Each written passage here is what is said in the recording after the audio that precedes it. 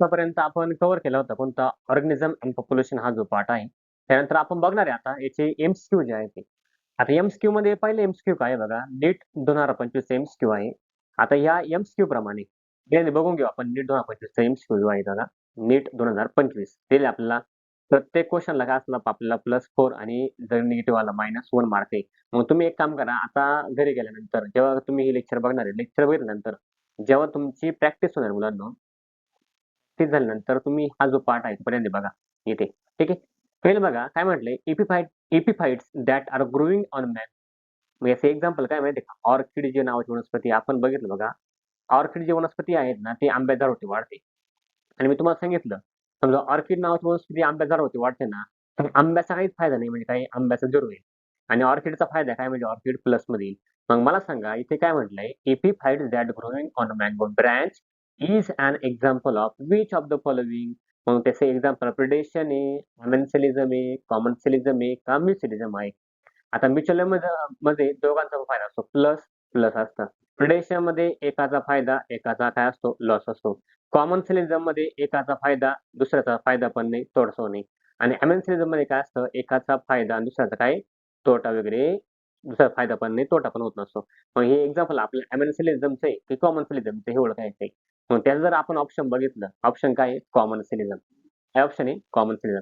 आता अमेन्सिलिझम कोणाचं एक्झाम्पल दिलं आपल्याला, कॉमन्सिलिझमचं एक्झाम्पल बघा ब्रूट प्रॅक्टिसिझम होतं आणि अमेन्सिलिझम एक्झाम्पल काय होतं मला तुम्ही याच्यामध्ये सांगायचंय कमेंट वगैरे करा. ठीक आहे.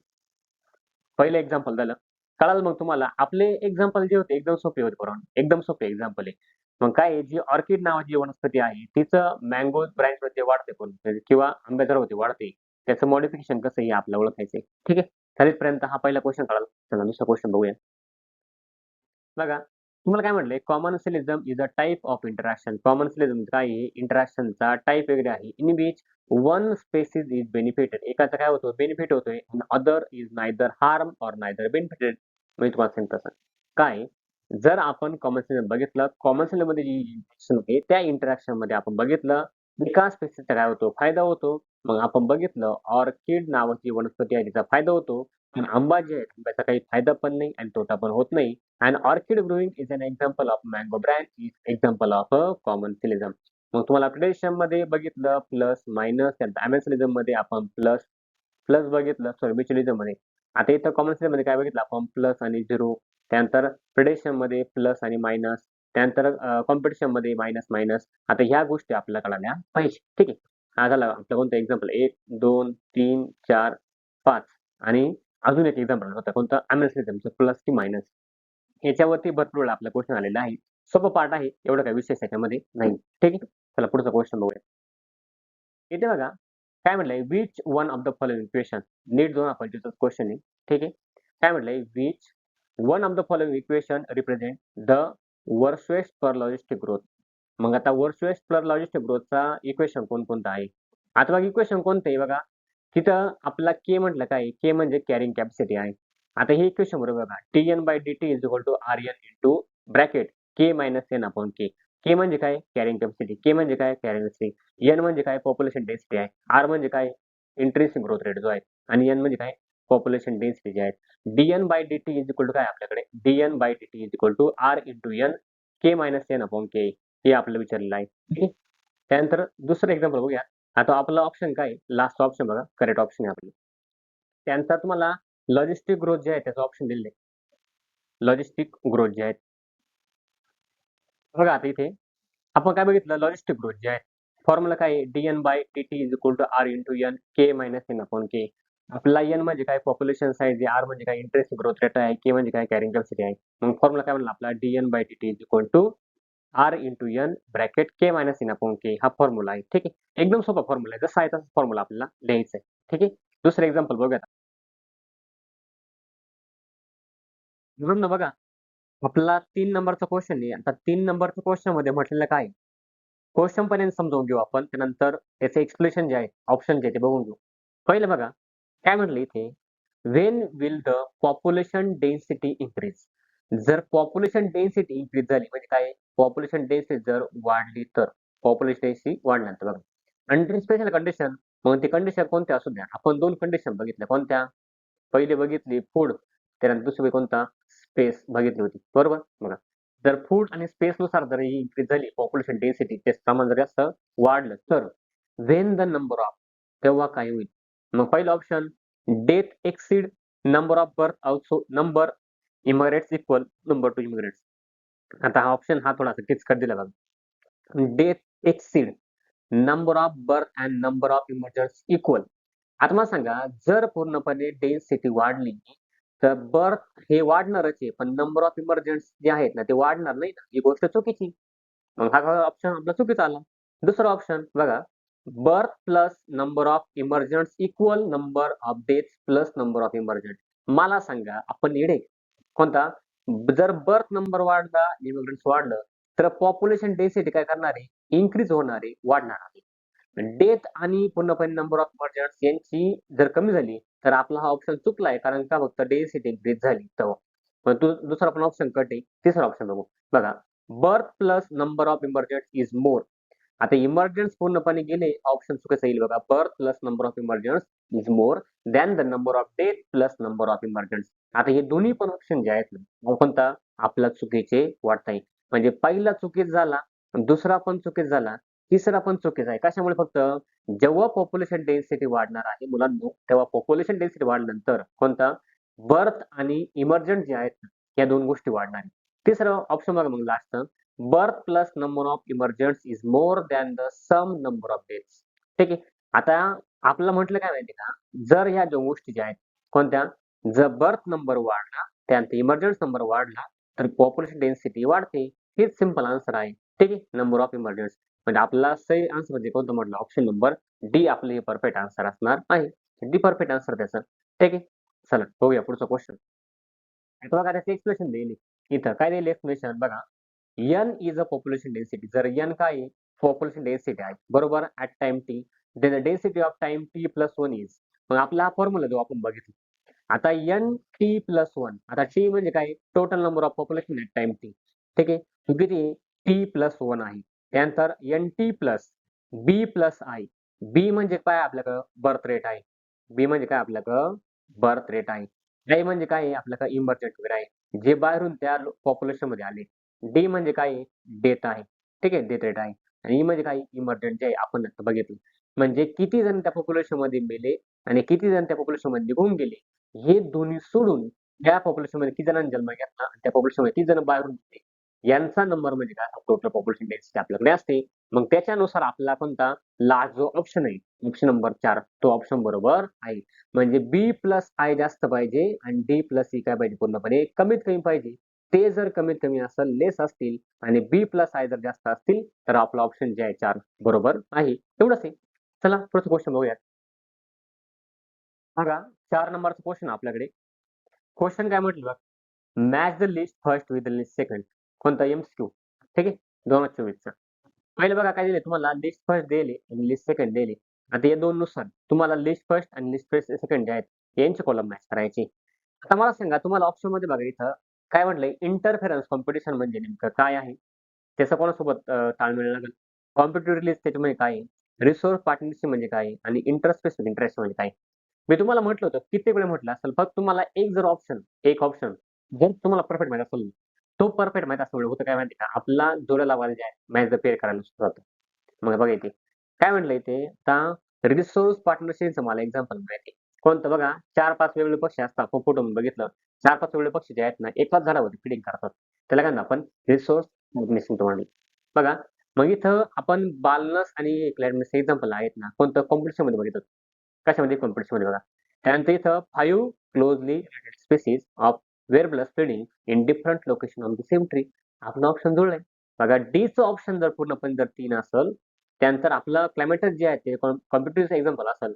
आता हे जर ऑप्शन पूर्णपणे आपले ए आले, मग आपलं ऑप्शन बघायचे, option number A, B, C आणि डी. कोणत्या ऑप्शन मध्ये मला डीचं पूर्णपणे 3 स्ट्रॉंग दिसतंय, ते ऑप्शन माझं परफेक्ट असणार आहे, हे लक्षात ठेवायचं. मग मला सांगा, इथं या आपल्या ऑप्शन मध्ये कोणतं? ए, बी, सी, डी याच्यापैकी कोणतं परफेक्ट दिसतं तुम्हाला? डीचं 3 कोणामध्ये आहे? सहा एक डी 3 मध्ये, हा ऑप्शन चुकलाय. याचं डी 3 आहे, हे ऑप्शन आपलं बरोबर आहे. याच्यामध्ये डी 4 आहे, हे ऑप्शन आपलं चुकीचं आहे. याच्यामध्ये पण डी नाही दिसत मला. ठीक आहे, म्हणजे आपलं ऑप्शन चुकीचं आहे. म्हणजे ऑप्शन कोणतं असेल? Option B is a correct answer. आता ऑलरेडी अल्बिनस tortoise become the extinct after the introduction of the goat in the habitat. मग तुम्हाला काय म्हटलं तर टॉर्टॉइज जे आहेत त्या भागामध्ये पहिल्यांदा ही अल्बिगॉन टॉर्टॉइज राहत होती.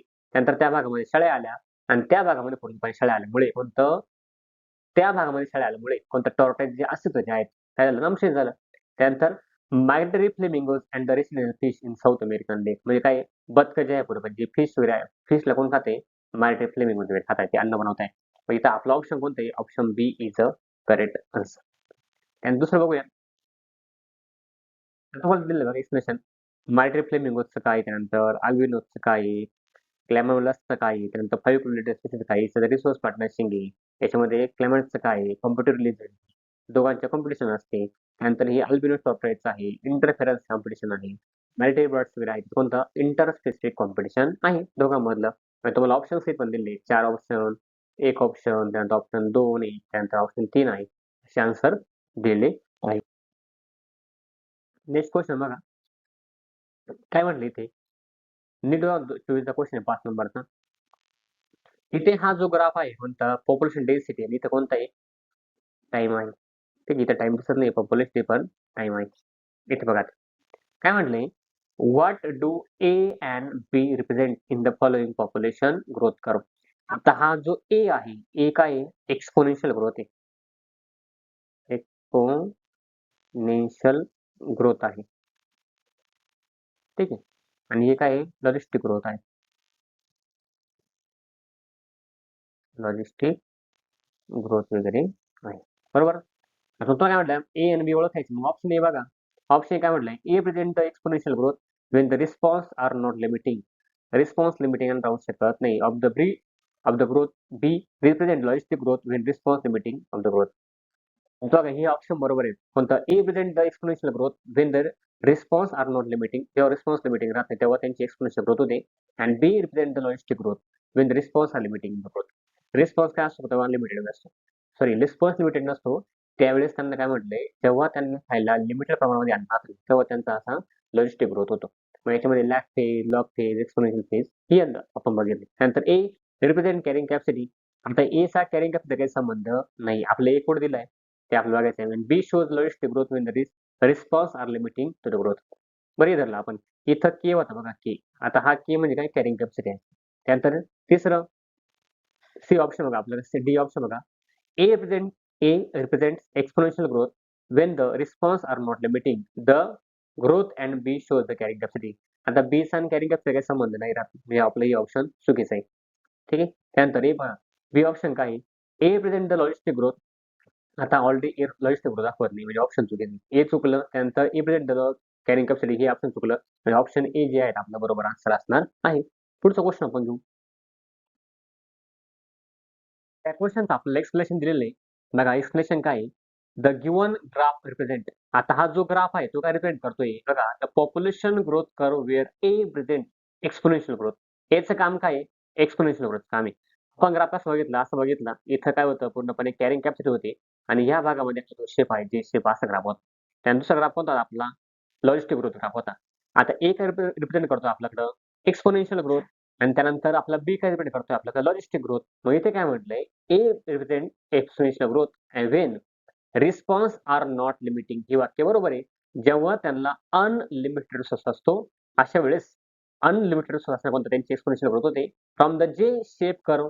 आता हा शेप कोणता आहे जे शेप आहे अँड द बी रिप्रेझेंट. आता हा जो बी आहे तो काय करतो represent logistic growth when the response are limiting. जेव्हा अन्न साठा कमीत कमी असतो स्पेस कमीत कमी असतो त्यावेळेस सजीवांची जी ग्रोथ आहे ती कशी असते लॉजिस्टिक ग्रोथ असते ते ऑलरेडी आपण बघितलं. आणि हा कसा असतो यस शेप असतो. आता ह्या यस शेपला आपण सिग्मॉइड शेप असं सुद्धा म्हटलेलं आहे. ठीक आहे एवढंच फरक आहे काय विषय त्याच्यामध्ये नाही. त्यानंतर 6 नंबरचा एमसीक्यू बघा. हा एमसीक्यू मध्ये 2024 क्वेश्चन आहे नीट 2024चा. द इक्वेशन ऑफ द वर्कलेस Pearl logistic growth is dn by dt is equal to r into n k minus n upon k from the equation k is. के म्हणजे आपलं इतकं सोपं माहिती आहे के म्हणजे कॅरिंग कॅपॅसिटी. मग आपल्या इथं ऑप्शन मध्ये आहे का तर बघा आपला सी नंबरचा ऑप्शन आहे. सी काय कॅरिंग कॅपॅसिटी आहे एकदम सोपं आहे. आपला ऑप्शन काय C. C is a correct. 7 नंबरचा क्वेश्चन आहे आपल्याकडे नीट 2024चा. क्वेश्चन मध्ये काय म्हटलंय which one of the following factor will not affect the Hardy Weinberg equilibrium किंवा प्रिन्सिपल. आता हे हार्डी बीम प्रिन्सिपल जे आहेत ना, आपल्याला स्टेट बोर्डमध्ये बघायचे तुम्हाला दिलेलं आहे तिथे. याच्याने बघा जेनेटिक रिकॉम्बिनेशन म्हणजे काय? जेनेटिक ड्रिफ्ट म्हणजे काय? जीन मायग्रेशन म्हणजे काय? आणि कॉन्स्टंट जीन पूल म्हणजे काय? आता मी तुम्हाला याचा आन्सर सांगतो बघा. जेनेटिक रिकॉम्बिनेशन असेल, जेनेटिक ड्रिफ्ट असेल, जीन मायग्रेशन असेल, कॉन्स्टंट जीन पूल वगैरे असेल ना, त्याच्यामध्ये कॉन्स्टंट जीन पूल जे आहे पूर्णपणे कॉन्स्टंट जीन पूल जे आहेत ते हार्डी बिंब प्रिन्सिपलला अफेक्ट करत नाही. फॅक्टर विल नॉट अफेक्ट हे करत नाही. बाकीचं जेनेटिक रिकॉम्बिनेशन अफेक्ट करतं, जेनेटिक ड्रिफ्ट अफेक्ट करतं, त्यानंतर जीन मायग्रेशन जे आहे ते सुद्धा अफेक्ट करत असतं. आता जीन मायग्रेशन म्हणजे काय? जेनेटिक ड्रिफ्ट म्हणजे काय? हे सुद्धा क्वेश्चन आपण स्टेट बोर्डमध्ये कव्हर करून घेऊ तो टॉपिक आल्यानंतर. ठीक आहे? किंवा कॉन्स्टंट जीन पूल आपला करेक्ट आन्सर आहे. त्यानंतर नेक्स्ट बघा स्टेटमेंट बेसिस क्वेश्चन आहे. तो क्वेश्चन काय आहे बघा. कोणता? क्वेश्चन नंबर 8 नीट 2024 चा क्वेश्चन आहे. बघा पहिलं given below are true statement तुम्हाला 2 क्वेश्चन दिले इथं. त्या 2 क्वेश्चनमध्ये पहिलं स्टेटमेंट जे आहे बघा. Statement first. Gause competition exclusion principle state that two closely related species competing for the different resources can not exist independently. आता हे पहिलं वाक्य जे आहेत ना इथपर्यंत बरोबर आहे. कोणतं? Gause competition exclusion principle state that two closely related species competing for the different resource. ते डिफरंट साठी कॉम्पिटिशन करत नाही, ते सेम रिसोर्ससाठी काय करतात? कॉम्पिटिशन करत असतात. Can not exist independently. आता ते जे आहे ते एक्झिस्ट करत नाही. मग त्यानंतर स्टेटमेंट सेकंड आहे. According to Gause principle during competition the inferior will be limited. आता जी इन्फिरियर व्हरायटी जी आहे ती लिमिटेड होईलच. म्हणजे जी पूर्णपणे स्ट्रॉंग आहे ते झाडावरती वास्तव्य करेल आणि जी इन्फिरियर आहे थोडी सुपिरियर नाही ती 100% लिमिट होईल. This may be true for the resource are limiting. बरोबर आहे. जेव्हा रिसोर्स लिमिटेड असेल तेव्हा काय लिमिटेड रिसोर्स असेल कोणता त्या भागामध्ये जे पक्षी आहे ते पक्षी काय पूर्णपणे लिमिटेड होतात. पण त्याच्यामध्ये अजून पण एक आहे. गॉस प्रिन्सिपल नुसार प्रिन्सिपल काय सांगतंय, जर एकाच झाडावर समजा हे झाड असेल, काय असेल? झाड असेल. ठीक आहे. हा झाडाचं समजा आपण घेतलं हे झाड वगैरे आहे. झाडामध्ये कोणता? हा एक पक्षी आहे. ठीक आहे. हे 2-3 पक्षी वगैरे आहे. हे 4 पक्षी झाडावरती राहत आहे. बरोबर? आता याच्यामध्ये हे जर एकमेकांचे कॉम्पिटिशन केले, 2 जाती आहेत त्या. ही एक जात आहे आणि ही एक जात आहे. आता वाटल्यास आपण जातीला वेगळा कलर देऊ. येलो कलर वगैरे जात घेतो मी. ह्या जाती आहेत. ठीक आहे. हा एवढ्या जाती आहे. म्हणजे रेड कलरच्या आणि येलो कलरच्या 2 जाती. तर याच्यामध्ये रेड कलर आणि या येलो कलरमध्ये आता ही जर स्ट्रॉंग असेल जास्त कोणती येलो कलर जात जी स्ट्रॉंग असेल, ती याला एलिमिनेट करेल.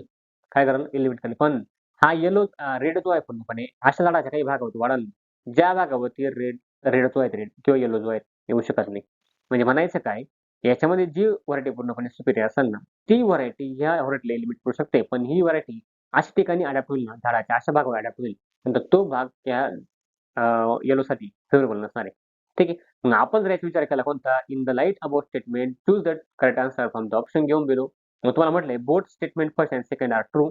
तेव्हा दोन्ही पण चुकीचे आहे. दोन्ही पण एक बरोबर एक चुकीचं आहे आणि एक चूक आहे आणि दुसरं बरोबर आहे. हे आपलं विचारलंय. मग आपलं ऑप्शन काय येईल? ऑप्शन जे आहेत आपल्याला कोणतं? Statement first is false but statement second is true. मग तुम्हाला म्हटलंय जर पहिलं प्रिन्सिपल काय आहे? फॉल्स आहे पूर्णपणे. दुसरं काय? बरोबर आहे.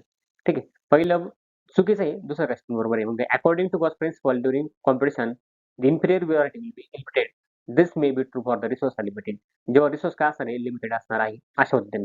ठीक आहे. नेक्स्ट क्वेश्चन बघूयात आपण. क्वेश्चन नंबर 9 आहे आपल्याकडं. नीट 2023 संबंधी पुढचा क्वेश्चन आहे. बघा याच्यामध्ये plant offer reward to animals in the form of pollen. Plant offer करते कशाला? ॲनिमल्सला रिवॉर्ड ऑफर करते. कोणतं? Pollen grain and nectar and the animal facilitate the pollination process. आता ॲनिमल काय करते? पॉलिनेशन प्रोसेसला काय फॅसिलिटेट करते. म्हणजे प्लांटने काय केलं पूर्णपणे नेक्टर जर त्याला दिलं नाही, कोणाला? ॲनिमल दिला नाही, तर ॲनिमल येऊ शकत नाही. येईल का? नाही येऊ शकत. मग तुम्हाला म्हटले याचे एक्झाम्पल काय? आता याच्यामध्ये दोघांचा पण फायदा होतो. कोणता? प्लांटला पण नेक्टर प्लांटला बघा भेटतंय, ॲनिमल भेटतंय कशासाठी? पॉलिनेशन करण्यासाठी आणि या ॲनिमल्सला काय भेटतंय? नेक्टर भेटतंय कशासाठी? पूर्णपणे जीवन चालवण्यासाठी. मग याच्यामध्ये ऑप्शन काय आहे आपल्याकडे? अमेन्सिलिझम आहे, कॉम्पिटिशन आहे, कॉमेन्सिलिझम आहे आणि म्युच्युअलिझममध्ये आहे. कॉम्पिटिशनमध्ये दोघांचा पण काय होतो? लॉस होतो म्हणजे आपण मायनसमध्ये देतो. कॉमेन्सिलिझममध्ये एकाचा फायदा, एकाचा काय होतो? तोटा होतो असतो. म्हणजे त्याचा फायदा पण नाही, तोटा पण नाही. कॉमर्शियलमध्ये एकाचा फायदा, एकाचा लॉस सुद्धा होत नाही आणि म्युच्युअलिझममध्ये दोघांचा काय असतो? पूर्णपणे फायदा होत असतो. मग याच्यामध्ये तुम्ही ओळखायचे प्लांटमध्ये आणि ॲनिमलमध्ये. ॲनिमलचा पण फायदा होतो का प्लांटचा पण फायदा? दोघांचा ऑप्शन मला सांगायचं आहे. काय ऑप्शन असेल याचं? याचा ऑप्शन आहे म्युच्युअलिझम. दोघांचा पण फायदा होतोय. कोणता? पोलन पण भेटतंय. कोणाला? झाडाला पोलन फॅसिलिटी करायला भेटतंय. नेक्टर भेटतंय कोणाला? ॲनिमलला. म्हणजे याला काय भेटला? मध भेटलं याला आणि झाडाला पॉलिनेशन ट्रान्सफर झाली. दोन्ही पण फायदा होत आहे. झाडाचा पण फायदा झाला. कोणता? ॲनिमलचा पण फायदा झालेला आहे. बघा 10 नंबर क्वेश्चन आपल्याकडे. आता या क्वेश्चननुसार क्वेश्चन बघून घेऊ पहिल्यांदा. नंतर मग त्याचा आन्सर काय येईल आपण बघू. बघा काय म्हटलं इथे नीट 2023 मध्ये पुढचा क्वेश्चन आहे. इफ देअर आर 250 स्नेल इन अ पॉन्ड. एका तळ्यामध्ये 250 स्नेल आहे. ठीक आहे. And within a year the number of increase 2500. जर एखाद्या वर्षामध्ये तळ्याची संख्या वाढली कोणाची? गोगल गायची. आणि तर स्नेल म्हणजे काय आहे? गोगल गाय. गोगल गाय म्हणजे स्नेल आहे. ठीक आहे. बघा 2025 म्हणजे 25 ज्या स्नेल आहेत त्या वाढल्या रिप्रोडक्शन. पण what should be their birth rate per snail per year. मग पर स्नेल पर ग्रोथ इयर काय आहे? मग तुम्हाला फॉर्म्युला होता काय आहे? पहिल्यांदा तळ्यामध्ये किती होते? त्यानंतर जन्माला किती आले? 2500 आले. आता 25 नुसार तुम्हाला काय 0 कट झाला. हा 25 का 25 25 आहे 250 हे आपलं ऑप्शन येते. पण याचं ऑप्शन 10 नसून ऑप्शन कोणतं आहे? 9. मग ते ऑप्शन कसं आलं? तुम्हाला काय समजून सांगतो. एक्सप्रेशन आपल्याकडे आहे. बघा आपण काय बघितलं एक्सप्लेनेशनमध्ये बर्थ रेट किती आहे, त्यानंतर डेथ रेट किती आहे. म्हणजे आपलं 250 पॉप्युलेशन होतं त्यामध्ये 25 ॲड झाले. मग delta N by delta T. N म्हणजे काय? Population density. इथे एन टोटल नंबर पॉप्युलेशन किती होतं? 250 गोगलगाय होत्या. किती होत्या? 250 गोगलगाय होत्या. बरोबर आहे पोरांनो? होत्या. त्यानंतर delta T is equal to की तुम्हाला 1 इयर दिले. म्हणजे तुम्हाला टाईम दिले किती 1 वर्षामध्ये किती गोगलगाई वाढल्या. मग तुम्हाला म्हटलं 2500 गोगलगाई वाढल्या. मग नंबर ऑफ डेज किती तुम्हाला म्हटलं 2500 मायनस 250. म्हणजे 2500 मध्ये 250 मायनस करायचे उत्तर काय आलं आपलं 2250. मग आपलं बर्थ रेट काढायचं. आणि जेव्हा बघा बर्थ रेट कसं काढतो आपण 250 गोगलगाई होत्या कोणता 2250 वाढल्या. किती वाढल्या? 2250 वाढल्या इंटू 1. मग आपण त्याचं कॅल्क्युलेशन केलं कोणतं 0 गेट कॅन्सल. 25 25 25 50 50 25 100 25 5 125. तुम्ही जर ते केलं कोणतं लास्ट बघायला 25 9 225 येते इंटू 1. 9 1 9 पूर्णपणे. म्हणून तुम्हाला त्या ऑप्शनमध्ये काय होतं? आपलं 9 ऑप्शन जे आहे बरोबर होतं. मग आपण काय केलं डायरेक्ट जवळपास आपला 2500 जे आहेत ते पॉप्युलेशन झालं. पहिलं पॉप्युलेशन किती होतं? 250. पण हे 250 आणि 25 जे आहे पहिल्यांदा 250 होतं त्याच्यामध्ये 2500 झालं पूर्णपणे. म्हणून आपण त्याला काय केलं 2500 - 250 केलं. पहिलं पॉप्युलेशन काढून टाकलं आणि आपला काय आन्सर आलं 2250. मग 2250 डिवाइड बाय आपण 250 केलं. 0 काढून टाकला आणि नंतर राहिलं 25 9 225. ठीक आहे. त्याचं एक्सप्लेनेशन. नेक्स्ट क्वेश्चन बघा 11 नंबरचा. क्वेश्चनमध्ये काय म्हटलंय? इथे given below are true statement. तुम्हाला 2 स्टेटमेंट दिलेले आहे. बरोबर? इथे बघा. Statement first Gause competition equilibrium principle state that 2 close related species competing for the same resources. ते सेम रिसोर्ससाठी कॉम्पिटिशन करणार आहे. बघा मगाशी हा क्वेश्चन जो होता डिफरंट रिसोर्ससाठी होता. म्हणजे वाक्य बरोबर आहे. ठीक आहे. Can not coexist independently and the competitively inferior will go on व लिमिटेड इव्हेंच्युअली. हे वाक्य बरोबर आहे. मगाशी पहिलं जे स्टेटमेंट होतं चुकीचं होतं. दुसरं काय होतं? बरोबर होतं. आता यामध्ये बघा statement second in general, carnivores are more adversely affected by the competition than the herbivores. आता हे पण स्टेटमेंट बघा आपण. इन जनरल कार्निवरस जे असतात. आता कार्निवरस म्हणजे काय म्हणतो आपण मांसभक्षी. कोणता? मांसभक्षी. म्हणजे काय रे? जे मांस खाणारे किंवा मांस खाणारे प्राणी. काय म्हणतो आपण? मांस खाणारे प्राणी आपण त्याला म्हणतो. ठीक आहे. त्याला आपण मांसभक्षी म्हणतो. बघा. In general carnivorous are more adversely affected by competition than herbivores. हर्बिव्हरस असं नाही राहत की हर्बिव्हरसला कॉम्पिटिशन कमी राहते आणि कार्निवरस कॉम्पिटिशन जास्त राहते. याच्यामध्ये असं माहिती का कॉम्पिटिशन प्रत्येकाला राहते. हर्बिव्हरसला पण राहते आणि कोणतं कार्निवरस पण राहते. मग बघा in the light above statement choose the correct answer from the option given below. मग पहिले काय आहे both statement and statement second are false. Statement second and statement correct म्हणजे statement first is correct and statement second is false. ती आहे तुम्हाला statement first is incorrect but statement second is true. आणि चौथा आहे both statement first and statement are true. पण दोन्ही पण बरोबर आहे. एक चुकीचं एक बरोबर आहे. आपलाच विचारलंय. मग ऑप्शन नुसार आपलं काय आहे दुसरं जे स्टेटमेंट आहे ते बरोबर आहे. कोणतं? Statement first is correct statement second is false. मी तुम्हाला म्हटलं होतं असं राहत नाही की कार्निवरस जास्त त्यांना कॉम्पिटिशन कमी राहते कॉम्पिटिशन जास्त राहते आणि हार्बिव्हरसला कॉम्पिटिशन काय राहते कमी राहते. आता हार्बिव्हरसला पण सेम इफेक्ट होणार आहे. कोणता? कार्निवरसला पण सेम इफेक्ट होणार आहे. ते आपलं ऑप्शन देईल. एकदम सोपं ऑप्शन. ठीक. कळलं तुम्हाला? नेक्स्ट क्वेश्चन बघा. इथे 12 नंबरचा क्वेश्चन म्हटलेलं आहे. काय म्हणतं 12 नंबर क्वेश्चन मध्ये? बघा list first and list second देईल. आता इंटरॅक्टिंग स्पेसेस कोणकोणते आहे आणि नंबर नेम ऑफ इंटरॅक्शन. तो सगळा ब्रूर पॅटर्नचं एक्झाम्पल कोणतं माहिती आहे? कावळा.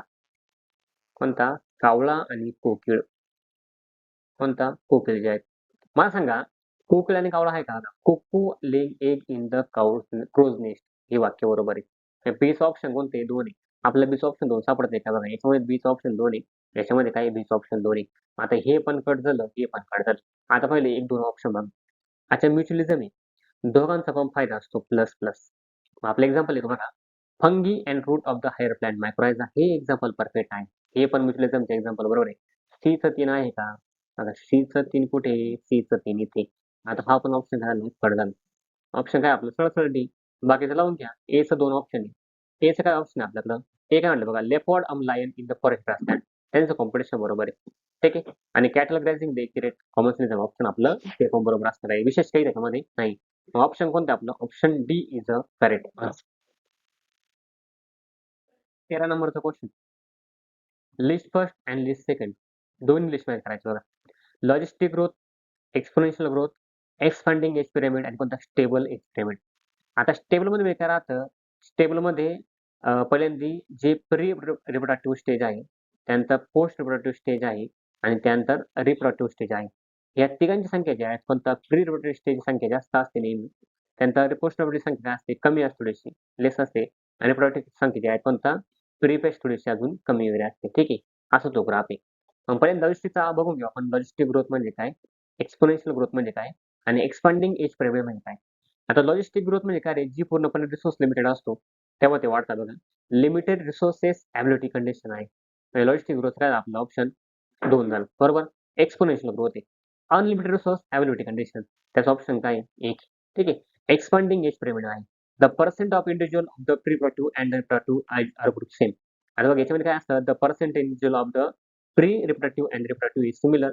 त्यानंतर the percent of individual of the pre reproductive age is the largest follow by reproduction force. Reproduction age group. तुम्हाला सांगा पहिला हा ऑप्शन लागलाय, बी हा ऑप्शन लागलाय. एचं 2 कुठे आहे? एचं 2. इथे एचं 2 आहे. इथे एचं 2 आहे. इथे एचं 2 आहे. इथे एचं 2 आहे. हा ऑप्शन कट झाला असेल. त्यानंतर बीचं 1 कुठे आहे बघा? बीचं 1, बीचं 1 हा ऑप्शन आपला बरोबर आहे. म्हणजे तुमचं डी ऑप्शन जे आहे करेक्ट असू दे.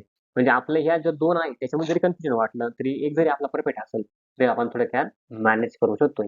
मग यानुसार आपलं ऑप्शन ए, बी, सी जे आहेत ते पण चुकीचे आहे आणि ऑप्शन डी काय बरोबर आहे. Option D is the correct answer.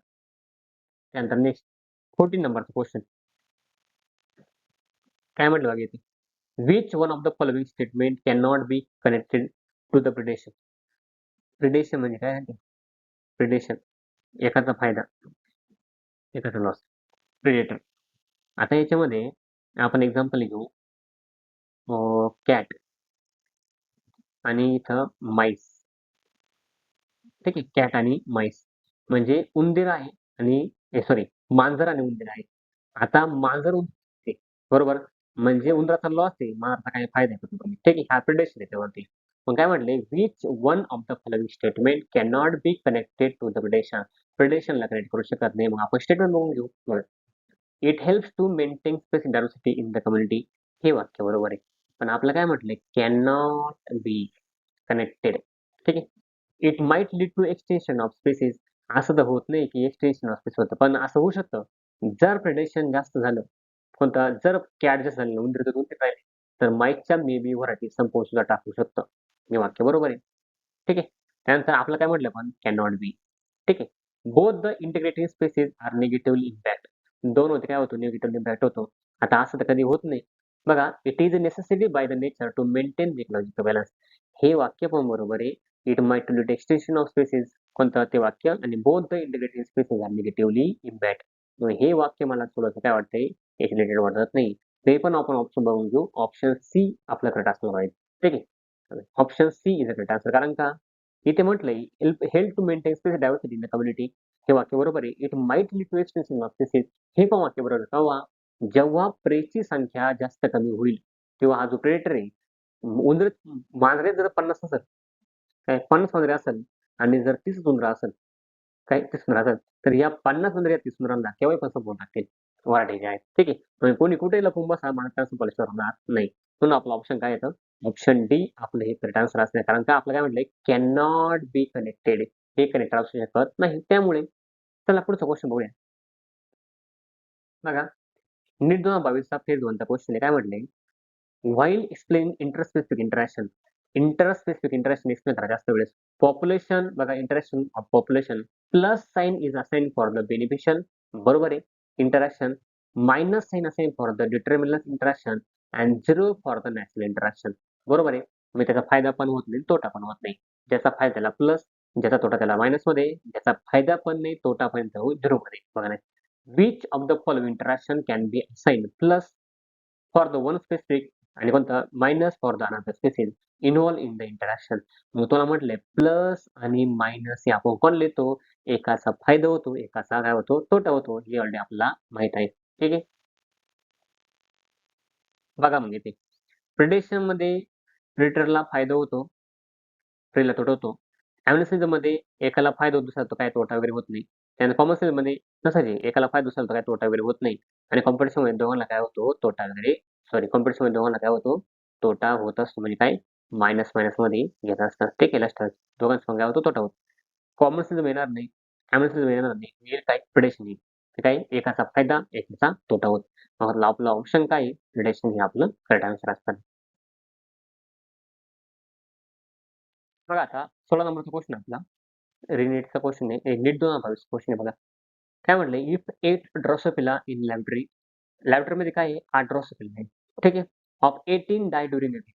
80 मेले एका वीकमध्ये. बघा the death rate of population is. मग डेथ रेट काय पॉप्युलेशन आहे? Individual per Drosophila. पर वीकमध्ये ड्रोसोफिलाचा मरण्याचा जो रेट आहे, डाईंगचा तो किती आहे? का विचारलंय. मला सांगा, पहिल्या ड्रोसोफिला किती होती? ड्रोसोफिला किती होती? 8 होती बरोबर. मेले किती पूर्णपणे? 80 मेले. किती मेले? 80 मेले आहे. ते आपल्याला खाली लिहायला लागतील. ठीक आहे. म्हणजे 8 डिवाइडेड बाय 18. आता 80ला 8 ने भागणार नाही. काय येईल? 0 येईल. 0 घेतला म्हणजे काय? पॉइंट येईल. बरोबर आहे नाही? 80 आता 80 एक 80, 80 एक 80. ठीक आहे. 80 एक 80, 80 एक 80 मध्ये काय आला? 0.1 येईल. मग 0.1 आपल्या ऑप्शनमध्ये आहे का? कारण तो ऑप्शन ए जे आहे आपलं बरोबर असणार आहे. ठीक आहे. Option A is the correct answer. बघा इथं तुम्हाला जो आपण टॉपिक घेतला होता, कशामध्ये? पी-पी-टीमध्ये. बघा, it refers to per capita death. Example 4 individuals in laboratory population 40 fruit fly die during a week. 40 मुलं होते त्याच्यावेळेस. ठीक आहे. 14 अपॉन 40 विथ 0.1 पर इयर. पण डायरेक्ट आपलं एक्झाम्पल विचारलं असं म्हणलं तरी चालेल, काही अडचण नाही.